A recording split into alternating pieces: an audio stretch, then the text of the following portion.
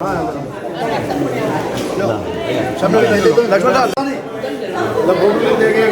द्वारिकाधीश की जय, बोल कृष्ण कन्हैया लाल की जय, बोलो द्वारिकाधीश की जय। हम अभी प्रधान साहब हैं तो हम क्षेत्र को लेके किस तरह से हम क्षेत्र को आगे ले जा सकते हैं और युवाओं को साथ में लेके आगे बढ़े। अगर भगवान की इच्छा हुई, आशा पूरा मत है कि द्वारकाधीश जी की, तो हमारी ये मनोकामना भी पूरी होगी 2023 में। कौन सी मनोकामना? मनोकामना भगवान जानते हैं और दिल की इच्छा है जो पूरी होगी। कोटड़ी से नाडोल तक की पद यात्रा पर निकले रेलमंगरा के प्रधान आदित्य प्रताप सिंह आज दूसरे दिन राजसमंद के श्री द्वारकाधीश मंदिर में दर्शन के लिए पहुंचे और श्री द्वारकाधीश के दर्शन के साथ दूसरा दिन की पद यात्रा शुरू हो गई है। यहां से अब शाम को गढ़बोर में पड़ाव रहेगा और उसके बाद फिर ये तीसरे दिन नाडोल में आशापुरा मां के दर्शन करेंगे। माता आशापुरा के दर्शन के लिए पदयात्रा पर निकले रेलमंगरा प्रधान आदित्य प्रताप सिंह चौहान अल सुबह श्री द्वारकाधीश मंदिर पहुंच गए, जहां पर समर्थकों के साथ में द्वारकाधीश के दर्शन किए। उसके बाद मथुराधीश के दर्शन कर प्रधान चौहान जैसे ही मंदिर से बाहर आए तो मंदिर परंपरानुसार समाधानी राजकुमार गोरवा द्वारा इकलाई पहनाकर पान व प्रसाद देकर स्वागत किया। इस दौरान पार्षद मंगीलाल टांक, कुलदीप शर्मा, परसराम पोरवाड़, जिला परिषद सदस्य लहरूलाल अहिर भी मौजूद थे। बोलो द्वारिकाधीश की जय, बोल कृष्ण कन्हैया लाल की जय, बोलो। उसके बाद मंदिर से बाहर निकले तो डीजे पर सभी पदयात्री झूमने लग गए। श्री द्वारकाधीश के दर्शनों के बाद सभी के चेहरों पर खुशी बरबस ही झलक रही थी। यहाँ से पदयात्रा मुखर्जी चौराहा चौपाटी होकर पुराना बस स्टैंड पहुंची, जहां पर राजसमंद नगर परिषद के सभापति अशोक टांक द्वारा भव्य आतिशबाजी के साथ इकलाई पहनाकर मेवाड़ी पगड़ी पहनाकर अभिनंदन किया गया। साथ ही सभी पदयात्रियों के लिए अल्पाहार की व्यवस्था भी की गई। यहां से प्रधान चौहान राजनगर मोर्चना होकर केलवा पहुंच, यहां से यात्रा गंतव्य के लिए रवाना हो गई, जिनका रात्रि विश्राम गढ़बोर में रहेगा और 3 मार्च को फिर ये नाडोल में आशापुरा मां के दर्शन के लिए रवाना होंगे। आखिर अब प्रधान साहब से जानते हैं कि क्या उनके जीवन में अब तक इतने लंबे कभी वो पैदल चले, या प्रधान साहब आप इससे पहले कभी इतनी लंबी पद यात्रा पे आपकी लाइफ में चले? जब मैं बाल्य अवस्था में था तब पूर्व में मैं मेरे परिवार के साथ नाडोल की यात्रा करी थी, पर बाल्य अवस्था होने की वजह से मैं पूर्ण पैदल नहीं चल पाया था। उस टाइम कुछ पैदल चल के कुछ गाड़ी में चलकर तब मैंने माताजी के यहाँ मेरे परिवार के साथ मैं गया था। मेरे मन में तब से ही कल्पना थी कि जब मेरे परिवार के साथ जब मुझे अवसर मिला था पैदल चलने का, तब मैं चल नहीं पाया था। तो मेरे मन में थी कि मैं एक दिन मेरे कुलदेवी के पदयात्रा करके मैं दर्शन करूं, तो आज मुझे सौभाग्य मिल रहा है। आप एकदम रेगुलर जो पदयात्रा जो शुरू कर रहे हैं, कोई थकान महसूस हुई उस? नहीं, मैं ये नहीं मानता। जब कोई चुनाव लड़ते हैं या कोई लड़ाते हैं तब वो एक अलग ही जोश होता है, और जब माँ जगदम्बा के दर्शन करने जा रहे हैं तब एक अलग ही मन में क्रांति जगती है, तो थकान की कोई गुंजाइश ही नहीं उठती है। एक जैसे रूटीन का आप थोड़ा सा शेड्यूल बताएंगे। सुबह आप जब अभी वर्तमान में प्रधान हैं तो सुबह कितने बजे उठते हैं और क्या शेड्यूल रहता है दिन भर का आपके? मैं वैसे राजनीति में क्या समय का कोई मापदंड रहता नहीं है। कभी कभी रात को 11 बजती है, 12 भी बजती है। मोटा मोटा मिला ले तो 6 सवा 6 बजे मैं लगभग उठ ही जाता हूँ, और जब 6 सवा 6 बजे उठकर एक बार 5-7 किलोमीटर में वॉक करता हूँ। उसके बाद जब लोग आते हैं मिलने के लिए, जब उनकी समस्या सुनते हैं, उसके बाद अपन फील्ड में निकल जाते हैं। जैसे अब तक के आपके जो प्रधान के अनुभव के आधार पर हम देखें तो किस तरह की मोटी मोटी समस्याएं आपने देखी अपने क्षेत्र में और राजसमंद जिले की आप देखते हैं? जिले की तो मैं बात नहीं कर सकता, पर मैं रेलमंगरा की बात करें तो जिस तरीके से हमारे विधानसभा अध्यक्ष और विधायक सीपी जोशी साहब हैं, तो उनके होते हुए तो समस्या कभी आने की कोई गुंजाइश ही नहीं है। पंचायत समिति बने हुए लगभग 2 साल हुए हैं और हमारे क्षेत्र के विधायक 4 साल से हैं। तो जो मोटी मोटी जो समस्या थी, कॉलेज की, कृषि मंडी की, रेलमंगरा के अंदर देखा जाए बस स्टैंड की, तो सारी सीपी जोशी साहब ने, और सबसे बड़ी अपने देखे जाए तो चिकित्सा डिपार्टमेंट को देखे लगे जो उन्होंने रेलमंगरा में 50 बेड का हॉस्पिटल बना दिया, और साथ ही उन्होंने कॉलेज का निर्माण करा दिया और बच्चों के खेलने के लिए स्टेडियम बना दिए। तो हमारे रेलमंगरा क्षेत्र में देखा जाए तो इन 4 सालों में जो विकास हुआ है वो उच्च स्तर पे हुआ है, और मेरा ही मानना ना भूत ना भविष्य ऐसा विकास और कोई दूसरा नेता नहीं करा सकता बिना सीपी जोशी साहब के अलावा। अभी जैसे बिल्कुल विधानसभा जो अध्यक्ष हैं डॉक्टर सीपी जोशी क्षेत्र में वाकई विकास कार्य हुए हैं बिल्कुल, लेकिन आपकी जो प्रधान बने उस समय क्या मुख्य लक्ष्य था और क्या उस लक्ष्य में कहाँ तक आप बढ़े हैं आगे?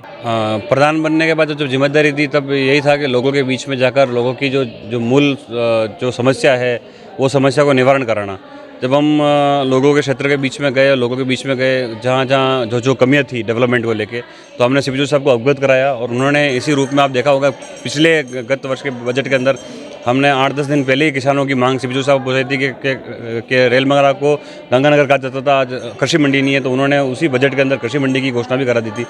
तो ऐसी जो मूल जो समस्या थी वो सीपी जोशी साहब को हमने अवगत कराई। जैसे पानी की जो मेन समस्या थी, तो 135 करोड़ रुपए की लागत से आज चिकलवा से बागेरी होते हुए जो पानी आएगा इस रेल मंगरा क्षेत्र के अंदर 40 गांव उससे लाभान्वित होंगे। तो ये एक और अपने आप हिंदुस्तान जिंक में स्थानीय युवाओं को रोजगार दिलाने में आप कितने सफल रहे?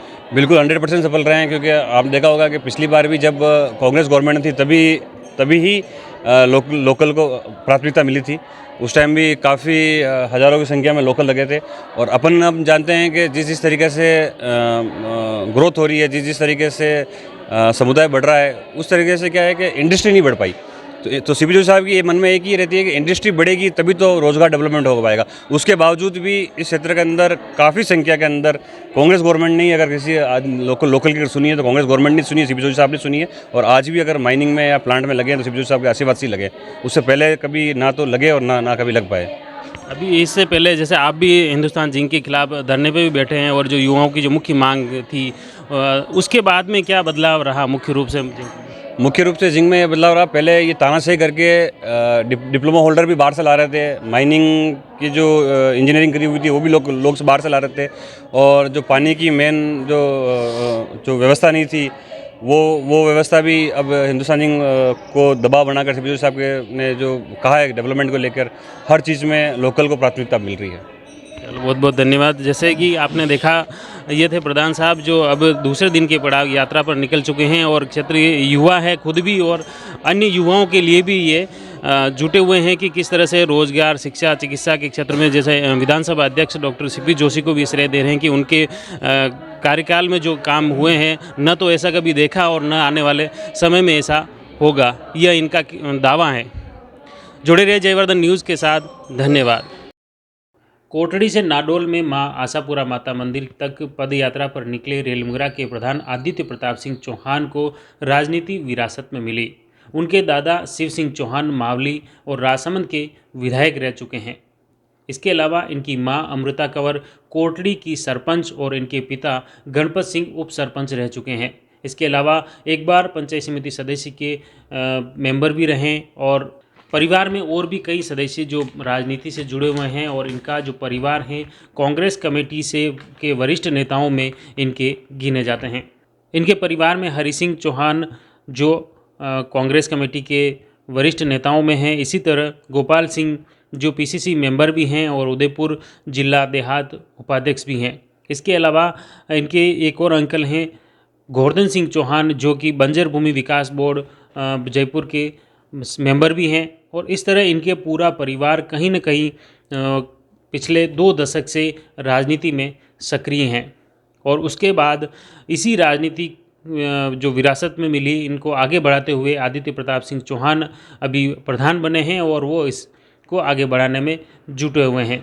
क्योंकि आदित्य प्रताप सिंह चौहान भी एक युवा है जिससे युवाओं की जो ख्वाहिश हैं, युवाओं से जो जुड़ने का जो उनका तरीका है, मेल जोल का है, उसी के कारण युवा भी उनके फैन हैं।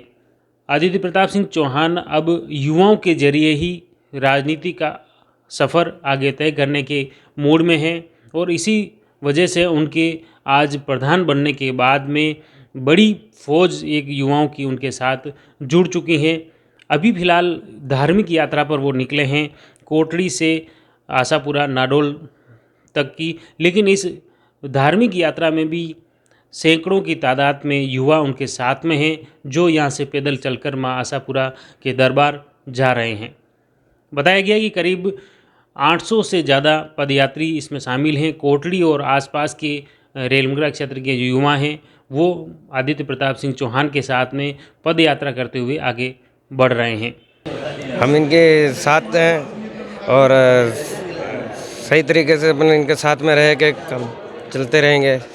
इनके जो बोलमा थी कि भाई हम पैदल चलेंगे, तो बोला कि भाई मैं पैदल चल रहा हूँ, तो हमारी भी इच्छा हुई कि हम भी इनके साथ पैदल चलें।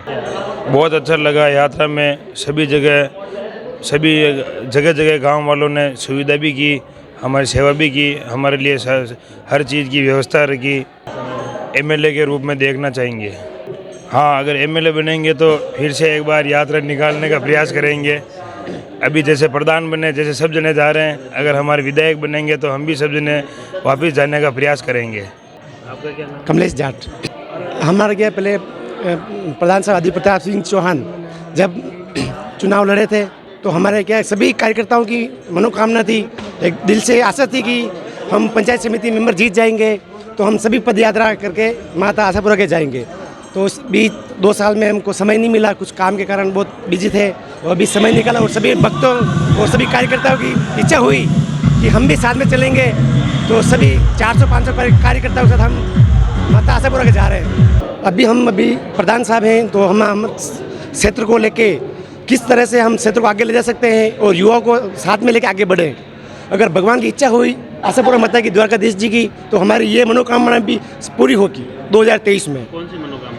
जो हमारे कार्यकर्ताओं की मनोकामना है वो हम पूरी करेंगे। मनोकामना खुल के बताओ ना, ये मनोकामना है। मनोकामना भगवान जानते हैं और दिल की इच्छा है जो पूरी होगी। The Maruti Nandan grand, Nathdwara स्थित एकमात्र ultra luxurious 5 star hotel. Rajsamand जिले की एकमात्र 5 star hotel the Maruti Nandan grand में भोजन की स्वादिष्ट थाली अब सिर्फ 290 रुपए में। श्रीनाथ जी की नगरी नाथद्वारा में इस सुनहरे अवसर का आनंद अवश्य उठाएं।